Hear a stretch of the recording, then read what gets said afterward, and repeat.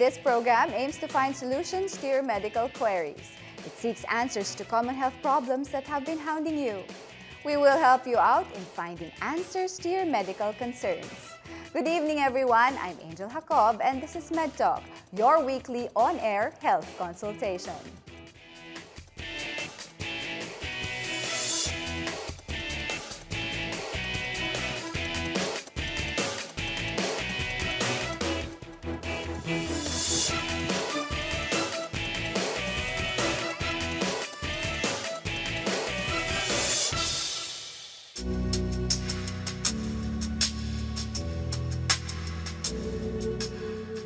While many of us feel down and appear to be moody every now and then, it's not necessarily a major problem unless we experience persistent symptoms.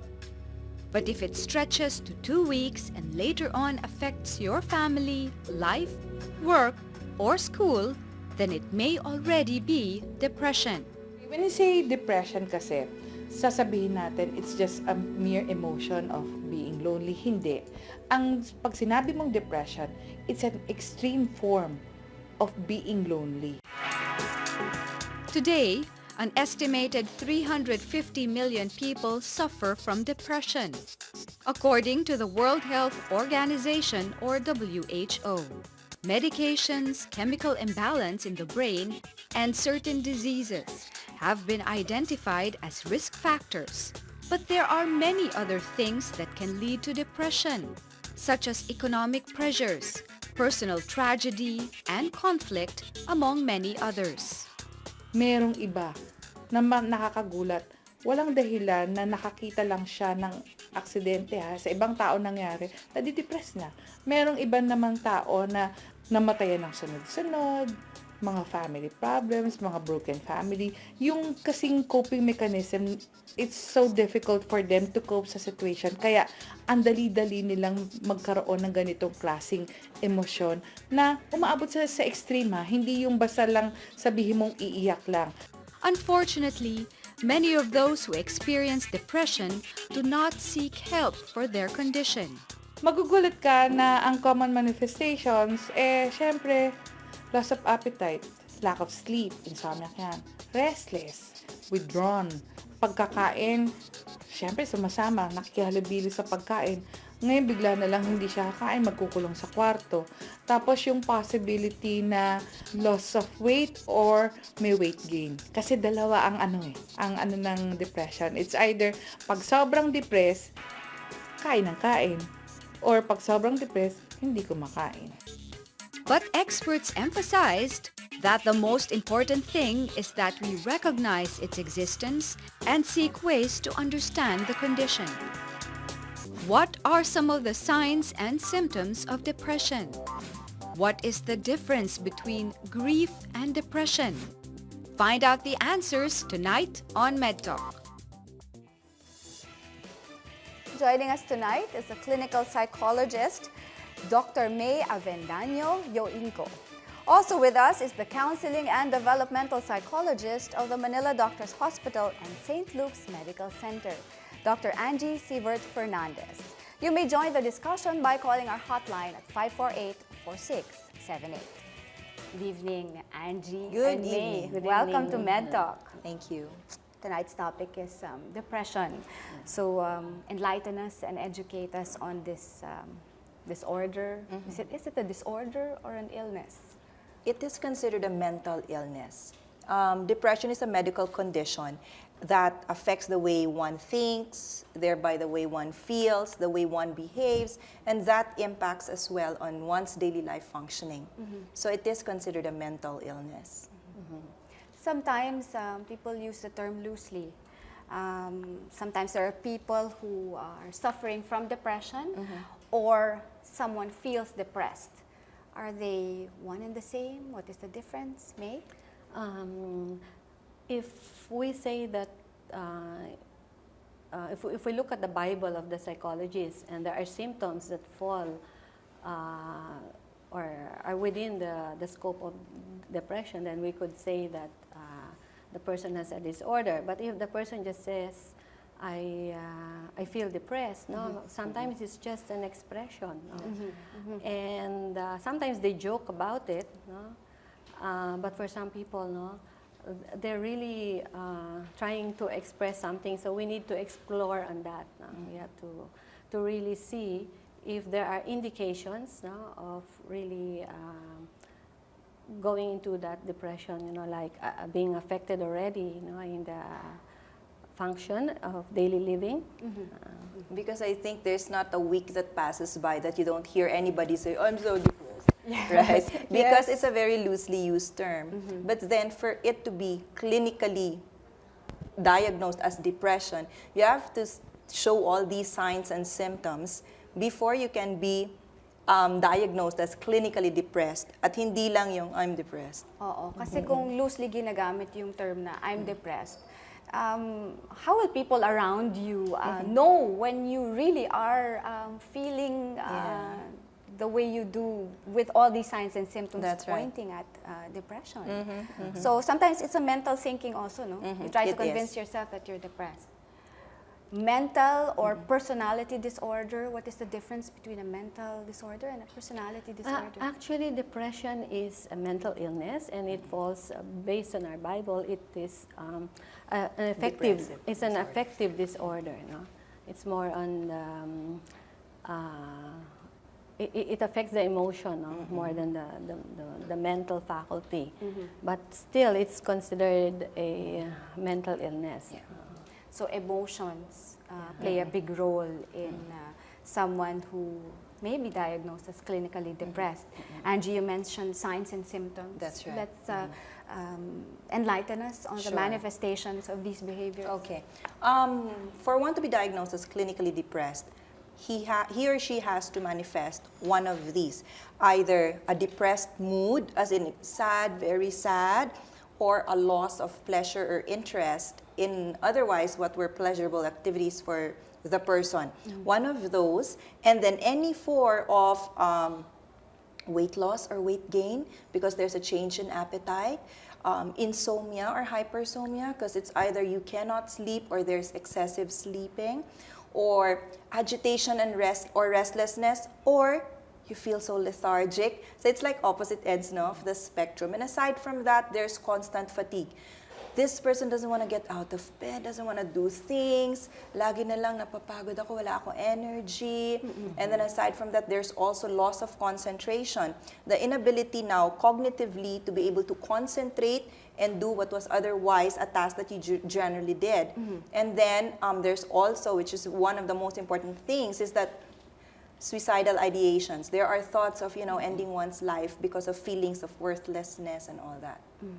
And do these symptoms, how do these symptoms start? Or do they end at a certain point, or do they just progress?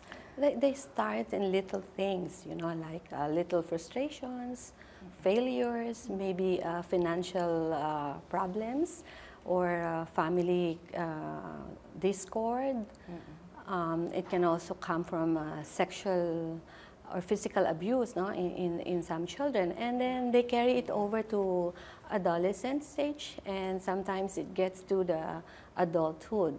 So the longer that we are not able to deal with them, the more difficult to handle. So it's always good that when children are manifesting depression, that we really bring them to see a doctor, to see them, because they will not tell you I'm depressed. No?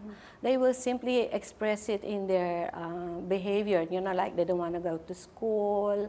There'll be problems with separation anxiety with the mom. No? And many kinds of behavior, like oppositional disorders, and maybe even the children with ADHD, they also experience a lot of depression because they keep saying no to them when, diba? But they don't have a way to say this. So it's good to have a doctor, a psychiatrist, to really make a distinction between, yun nga, sabi niyo nga loosely na depression lang, or ano ba, is this really clinical? You mentioned children. Children can't really express how they feel, no? So does it start in the young? It can be. Because we have to look at, I guess, factors that are involved kung bakit nagkakaroon ng depression. Like, for example, genetics. It runs in the family. If there's somebody, like a family member that's close, father, mother, sibling, aunt, or uncle, who has been diagnosed as depressed, that increases the likelihood of the person to have that disorder as well. Aside from genetics, there's environment, which is what Mom said, that sometimes there are major life stressors that trigger it. And then there's also temperament. If I'm a child, for example, who has very low anxiety or frustration tolerance, I have negative affectivity, like lahat na lang pangit, lahat na lang not nice, then that increases the chances of one to be diagnosed as depression or to experience depression. So for children, for example, yes, we can have it in children as young as 7 years old, as young as 8 years old. School-age children, we see that already. And as psychologists, you can Yes. already counsel and, Yes. and help these children Talk together to with their them. parents. Yeah? Yeah, what generally starts is that you really have to talk to the parents to get, like a clinical interview. You cannot diagnose depression just by looking at the child or, interacting with the child. Thorough clinical interview really is important. And then after interacting with the parents, then you see the child and start the treatment. This is when the child cannot express how he feels. It's just an observation of the parents, maybe, and the teachers around. Actually, the child can express himself, but not verbally all the time. That means children will manifest symptoms of depression similarly with adults, but what can be different is, kung sa adults laging sad and all that, sa children, it can be irritability. It can be aggression. Kaya sinasabi natin, oh, they're acting out. Kasi ayun na, nanununtok na, naninipa na, naninigaw na. And also with children, there are somatic evidences like headache, stomach ache, not wanting to go to school. These are evident. So it's not so much that they're unable to express because maybe verbally they cannot say it, but they express it in a different way. And that is what's noticeable by the parents or the teachers or the others close to the children. It's just a way to validate whether the observation of the psychologist or the psychiatrist is actually true, no? Because by speaking to the parents, they get to see if there is, how do you call it, what they're talking about. I mean, if the psychologist is able to to draw out, because what the significant others have to say is very important. And how long, before we cut to a break, how long should we notice these behaviors in children and in adults? Is there a time frame that we should watch out for?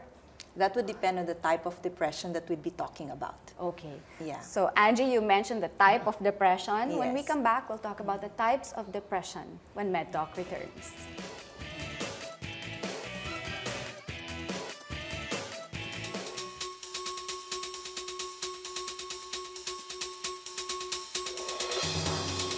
Did you know that even the rich and famous suffer from depression? The list includes former U.S. President Abraham Lincoln, renowned astronaut Buzz Aldrin, comedian Owen Wilson, Grammy Award-winning singer Sheryl Crow, and Harry Potter author J.K. Rowling.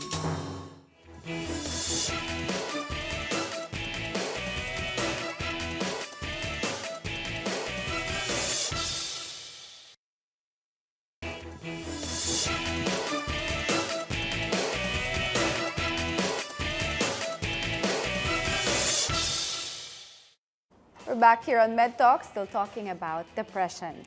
You may join our discussion by calling our hotline at 548-4678.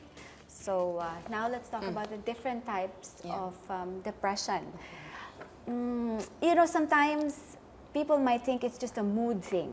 It's just the blues. Right, It's just going to go away.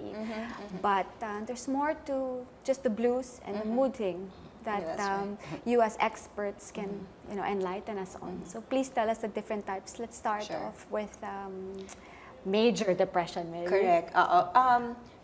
Ma'am, Doctora mentioned earlier about a manual, no, that we use. Yes. And that's where we refer to when we do these things, no. And under that manual, there's a category on depressive disorders. And under that, we have, for example, mood dysregulation disorder. That's for children when they're extremely irritable. And you can't understand why they're forever irritable. That falls under there. And then there's major depression that you were saying. This major depression, the symptoms have to be there consistently for 2 weeks. If 5 of those symptoms that I mentioned earlier are there for 2 weeks, then that person can qualify for the diagnosis of major depression, granting, of course, clinical interviews and other kinds of assessments. No? And then we have also dysthymia, or what we call persistent depressive disorder. This one naman, it has to last as long as 2 years. So that means the symptoms have to be there for 2 years. Every single day. Mostly it's there, sometimes it goes away, but for you to be diagnosed with such, dapat hindi lalampas ng 2 months na wala kang symptoms. So, ibig sabihin, pwede kang may happy days ka doon, ng 1 week, 2 weeks siguro, pero hindi lalampas yun ng 2 months. And then it persists for 2 years. And then there's also the premenstrual dysphoric depression. And then there are other kinds of depression, like, for example, postpartum depression. Yes. Does that go in the same category as premenstrual? Can we liken it to something like that? If it goes into the same category, because they're all under depressive disorders, yes, the premenstrual, the postpartum, and then we have the seasonal affective disorder as well. They all fall under depressive disorders.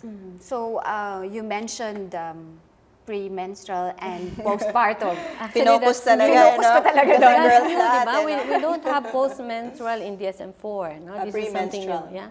This is new, right? That's the Bible, no? DSM-4 and DSM-5. Now we're doing 5. Yes, we're using 5. DSM-5. That's right. I focused on premenstrual and postpartum because a lot of women do not understand what's happening to their body shortly after giving birth. Correct.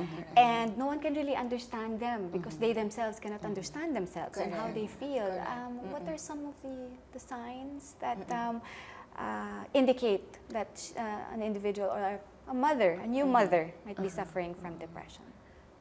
I have a special, I remember somebody, right after giving birth, she was very angry because the family was so centered on the child.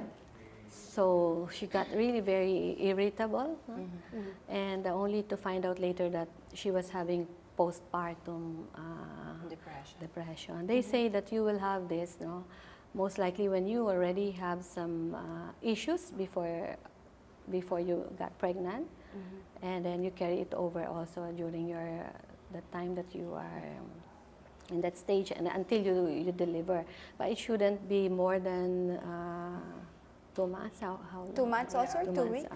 Yeah, it will depend, I guess, on the person and the person's ability to cope with such stressors and with such a condition. And I guess also with a treatment that is being given to the person. Kasi that person still needs help. It's postpartum. And postpartum, the manifestations are generally similar to all the symptoms that I mentioned earlier. And there's talagang sad siya, you're supposed to be happy at this time. Why am I so sad? I don't want to take care of my baby. I don't seem to have an affinity, any connection, connection to this baby. And what the literature will also tell you is that postpartum does not really just happen after giving birth, but prior, actually, towards the end of your pregnancy, these symptoms start to manifest already. Is it hormonal? It carries it on. I don't know, could be. Could be. That's so right. In premenstrual, in teenagers, it could be something as well that deals with our hormones. And that one naman, you get very irritable. And teenagers pa naman, they don't know what's going on also with their hormones. We always say it's raging hormones, so you don't really understand. And it's really good, and it's a constant reminder, to watch out for all these signs that your teenager might be manifesting already. The younger ones, they're the ones who are prone to experiencing postpartum when you give birth at a very young age. How about seasonal Affective. disorders or depression during the season? We don't have winter here. We don't That's have right. spring. It's raining outside. And does Yeah. that cause, is it a trigger for someone to get depressed? What the literature says about seasonal affective disorder, it usually happens to countries that have winter or fall. It starts generally during the fall season and goes on to the winter months. And then after that, pag nag-spring na, medyo they're gonna be okay. You are going to be diagnosed with such if you manifest all the signs and symptoms again, and if it really occurs consistently during these seasons every year. Nagkakaroon So ka nun. Same time every year, you get really down and sad when it's fall and going towards winter. But some people also, nagsisimula sila spring, and then they get better naman summer. Seasonal affective disorder, when it starts during the fall and towards the winter, could also be due to lack of sunlight and all that. So, Pero here in the country, as mentioned, no spring, no No, wala. winter, Oo. summer, and the rainy season. What affects one's mood, if I may say, or one's mental thinking? Correct. That they may just want to keep sleeping, they may want to keep eating, or the reverse, not eat, or not want to go to school or work. Does the season affect it here also in the country? Is it a big factor? Siguro pag summertime, nasanay sila nang nakabakasyon. And it's time to go back to school in June. Okay. For the children, but for the adults? I've actually never had a consultation Okay. that had something to do with that, but you do hear people saying they're down in the dumps when it's so raining and they can't go out and it affects their mood. But for it to be diagnosed clinically as depression, parang I haven't come across that yet here in my practice. Not much Yeah. in our country. How about other illnesses that can be linked to depression? Being bipolar or manic depressive, is it in the same light as depression? Actually, bipolar is also a kind of depression, no? But a doctor should be able to make a distinction between a unipolar and a bipolar disorder. No? So when we say unipolar, that means the person has one episode of manic, and then when you say bipolar, this is an alternate of manic and depression. So mood swings. And mood swings, no? Yeah. For bipolar, yeah. And again, sometimes it would be difficult to identify because one moment they may be happy, the next moment That's right. they're throwing a tantrum.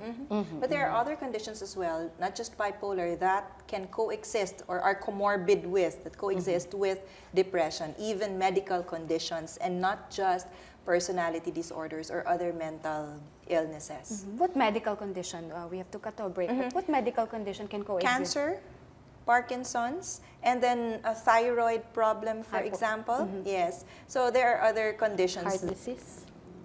Hyperthyroidism, I think. Yeah. Hyperthyroidism. Yes. Okay. So iba-iba, or stroke, if you've gone through a stroke. So these can also lead to or are comorbid with, that means occur together with depression. Okay. So May and Angie, it's a very interesting topic, but we Yes. have to cut to a break. Sure. We'll come back. We're talking about depression here on MedTalk.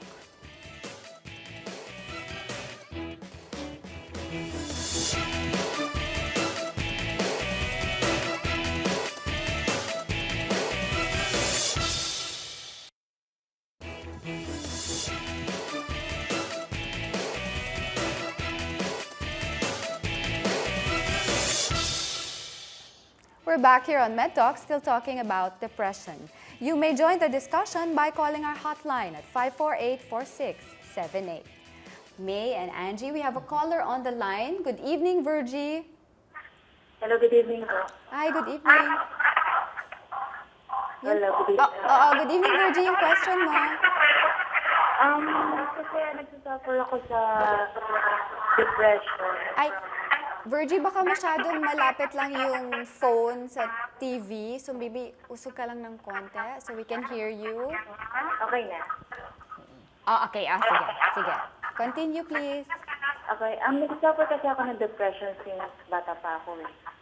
So, parang hindi talaga ako nakaalis na. So, series of tragedies, ganyan. Hanggang sa tumanda ako.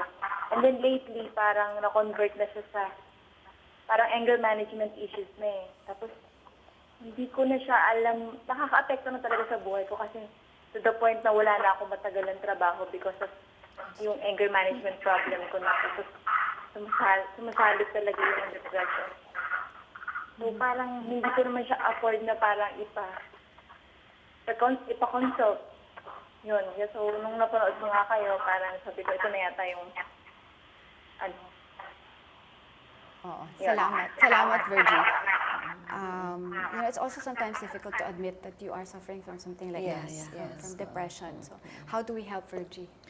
The concern there is if depression is mild, pwede kasing psychotherapy or maybe changes, even just changes in, diet, exercise, sleep well if it's mild. If it's moderate to severe kasi, you need more than just, psychotherapy, especially if it's severe. From what she was saying, it's been going on for a while now. Oo. So, in such cases, medication might be necessary. Psychiatrists can help with that in giving medications to antidepressants to patients, no? But it's very hard actually to just rely on psychotherapy or trying to talk to other people and so on and so forth kung ang depression mo medyo severe na. Kung severe na, kailangan na talaga muna ng gamot yan. And then, pag medyo nag-stabilize na yan, a few weeks, then you can go for psychotherapy. Then the effect would be better on you. Okay, Virgie? Virgie, narinig mo si Dr. Angie? Kaya lang kasi, Oo. impossible ako magpa-treatment kasi, alam mo na, hindi naman lahat tayo yung parang may time and yung resources natin pwede sa ganyan eh. So talagang hindi ko siya alam kung paano ko siya i-resolve. Isa ho, Miss Virgie, sa best ways to do it also, no, is to educate talaga yourself about depression. That means magbabasa tayo, makikipag-usap tayo sa mga tao na may alam tungkol sa depression kasi makakatulong siya sa pag-iintindi sa sarili. And it can also help kung anong pwede mong gawin. Okay, so you read, if you are unable halimbawa to seek treatment, then educate yourself on it, and then maybe you'll understand yourself more, tapos you'll find avenues to help yourself. Is there a group that can help Virgie? She has a concern about expenses, and it's not hopeless. We want to tell her and all the others who might be suffering from depression. Actually, or who we know have. of someone. We have. I don't know if I'm allowed to mention, but it's also a way to advertise them. No, we have in Makati Med. We have a group there where they meet on a regular session for seminars. And this is for free, because they have become a part of that support group. It's been going on for the past 10 years.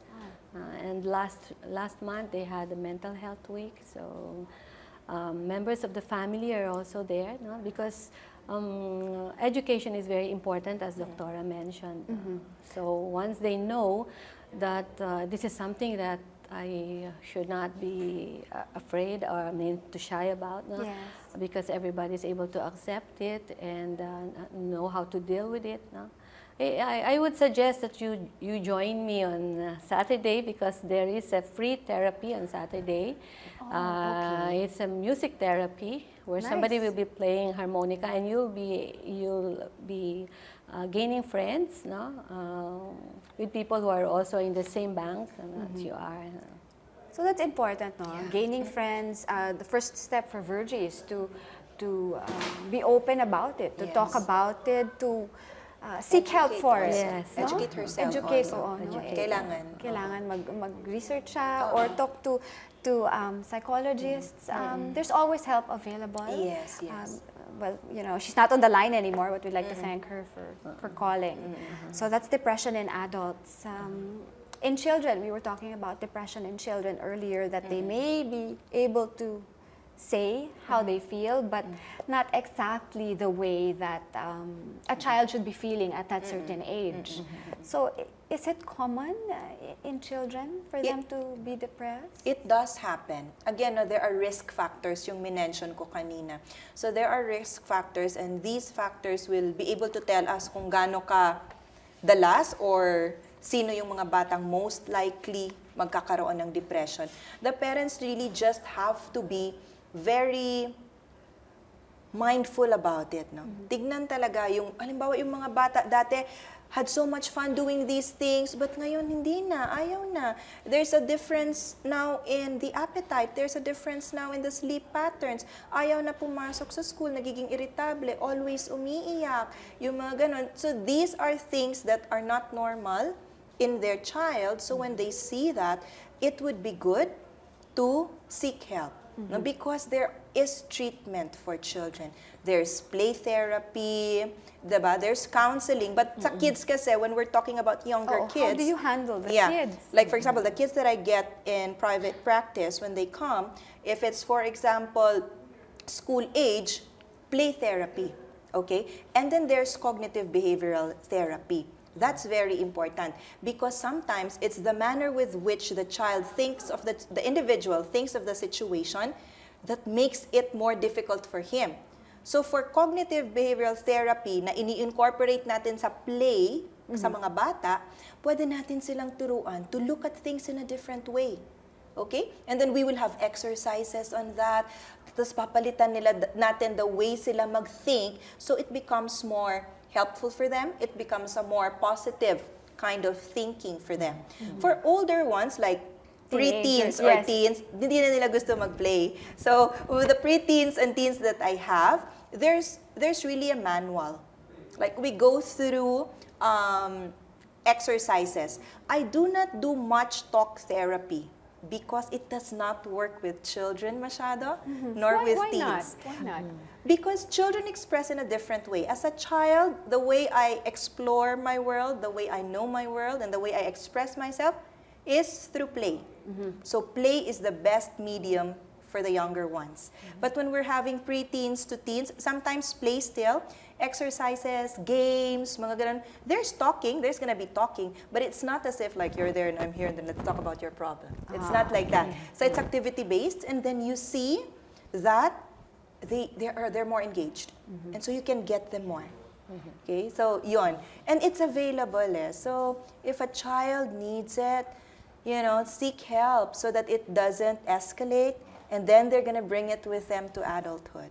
And we don't want it to reach Absolutely adulthood. not, yeah. So we've talked about depression in children and how to, and the treatment available for these children. Do you also go to their homes, check the environment? Is that also part of making sure that they're on their way to enjoying their childhood? Yes. There's a clinical interview with the parents, very important. And then while the children are undergoing treatment, every now and then you get to talk to the parents again, and the school is very important. Working with the school. Kasi it can't be as successful if you just work with a family, because that child spends a lot of time in school. Most of the time in school, right? And then social relationships in school and so on. So, kailangan involved itong lahat ng to. And then there's constant monitoring and follow-up to see how the child is doing and how you can support the child better. So we hope that the child will grow up, enjoy his or her childhood, and will not carry this feeling or this behavior when he reaches adulthood. Before we cut to a break, May, there's also depression in the elderly and senior citizens. What are the manifestations, and how do we, as family members, identify that actually the manifestations in all levels are just the same, no? But for the elderly, It's more on, you know, they feel so sad that their senses are going. No? The loved ones are also going one after the other. And they start to feel that even if they have many children, they're all gone. No? They feel alone. No? They feel alone. And then some people also have problems with financial. They also have to worry with the medication, with who will be preparing food for them. No? So there are many concerns, no? And also the disorders that we've gotten from childhood to adolescent to adulthood, they're all there. So mas maraming ang disorder. Parang naipon na siya. Plus the health concerns of Akala ko senior nga citizen. ang elderly hindi na yan magsusuicide, no? Pero mas marami na nagsusuicide coming from that bracket, no? Kasi naipon-ipon na wounds, no? And they really have been preparing for this. But they should, family members should also prepare for the treatment that they can provide to the elderly. We shouldn't leave them alone and make them feel, I mean, sometimes because of feeling alone, they already get depressed. And so, as with children, there's treatment, the elderly has But you treatment know, as there well. are some elderly who'd rather be on their own. Now, I've been interviewing some of the elderly, and not all of them want to be with a social group. No? They're comfortable being alone. So there are some personality types who would rather be. You have to, you have to adjust to each personality. Iba-ibang tao eh. Iba-ibang manifestation, how they feel happy, they feel sad, you know, they're in a mood, or maybe they may be clinically depressed. Mae, Angie, we will come back. MedTalk will return. We're talking about depression.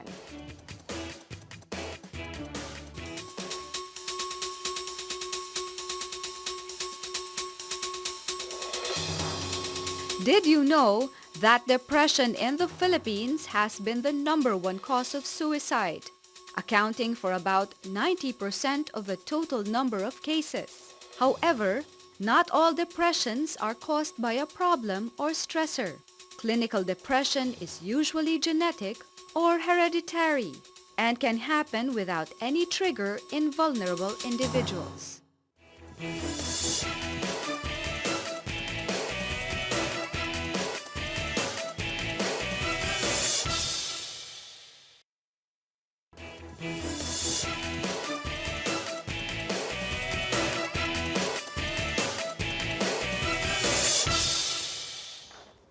We're back here on MedTalk, still talking about depression. Now we have a caller on the line, Angie and Mae. We'll have that caller later on. Sure.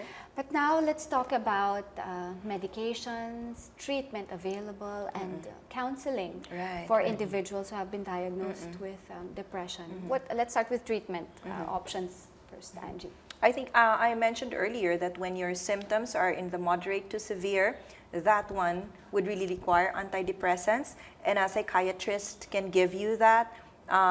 Medical doctors can probably give you that as well. Aside from antidepressants, there are different kinds of therapy. Each person is unique, so we cannot say that talk therapy works for everybody. Music may work for one.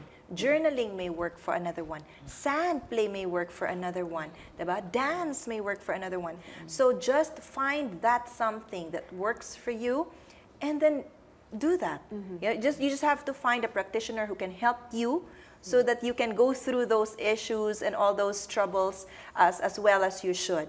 Okay? And then there are also mga lifestyle changes. Exercise, good diet, sleep, and all that. Mae and Angie, now we have the caller Go on the ahead, line. yes. Our caller on the line is Michelle. Good evening, Michelle. Hello, good evening po. Hi, good evening. Yung question mo for our doctors. Ma'am, tapos mga doctors po, tanong ko lang po, kapag po ba may depression, does it follow na may chemical imbalance in the brain or more of feelings, emotions?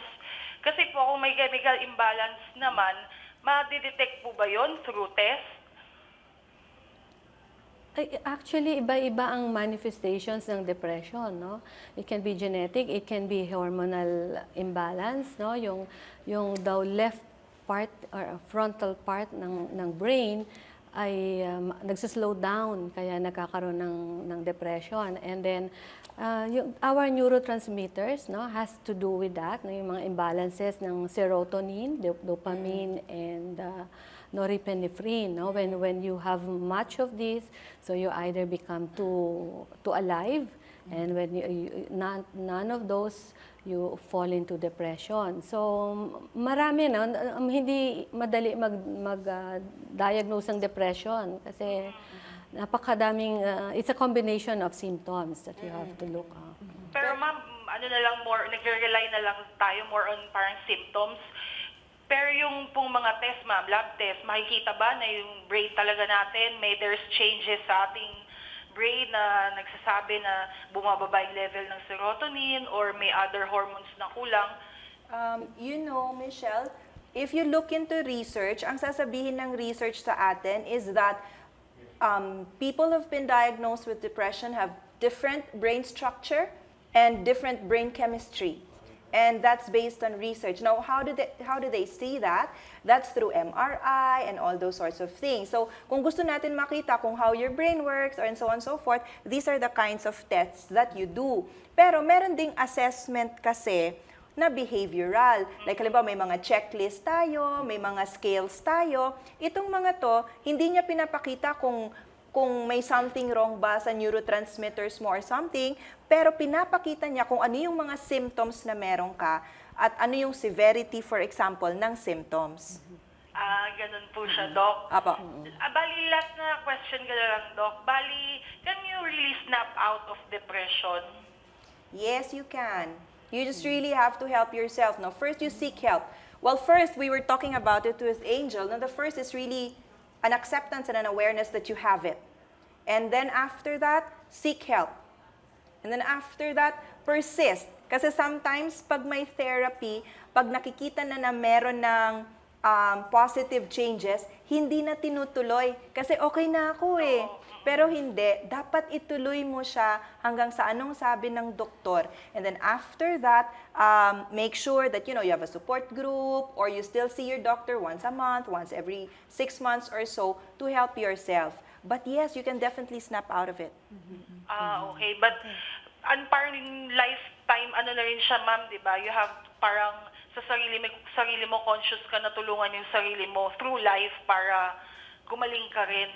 Parang ganun po. You just need to be aware, but that doesn't... be aware. Opo, that doesn't mean na just because you have it now, you're gonna have it for the rest of your life. Kasi pwede naman na ang trigger is one major life event. Tapos, you got clinically depressed because of that. And then you were able to get through it, and then you're gonna be okay. Pero you just have to be aware constantly of yourself. Pero hindi ibig sabihin na dahil meron ka ngayon, lagi ka nang magkakaroon. Pwede din siyang bumalik, ma'am. Halimbawa, na-cure ka na before and then may nag-trigger ulit na major event sa buhay mo, may possibility na bumalik po ulit yung depression, clinical depression. Pwede. Mas mataas ang risk sa mga taong nagkaroon na ng depression before na magkaroon sila ulit ng depression. So, ibig sabihin, pag na-experience mo na yan at kung severe yan, mas mataas ang posibilidad na mangyayari siya ulit. Is it the same? Michelle, you're still on the line, no? Yes, ma'am. If it happens again, is it same symptoms, same duration, same treatment? Not necessarily same duration. So you'll have to look into the duration, you look into the severity, and then you look also into the etiology, kung where did it stem from. You look into all these things. No? And then, of course, depending on those things, treatment will also depend. Yeah. Okay. So, Michelle, thank you very much for calling. Thank you, ma'am. Salamat po. Thank you. Okay, so now treatment available. We were talking about for each individual different type of treatment. You also mentioned medications. You mentioned the psychiatrist. Briefly, what is the difference when it comes to diagnosing depression from a psychiatrist and a psychologist, which is your practice? Coming psychologists, we are PhDs and we are not able to give medication.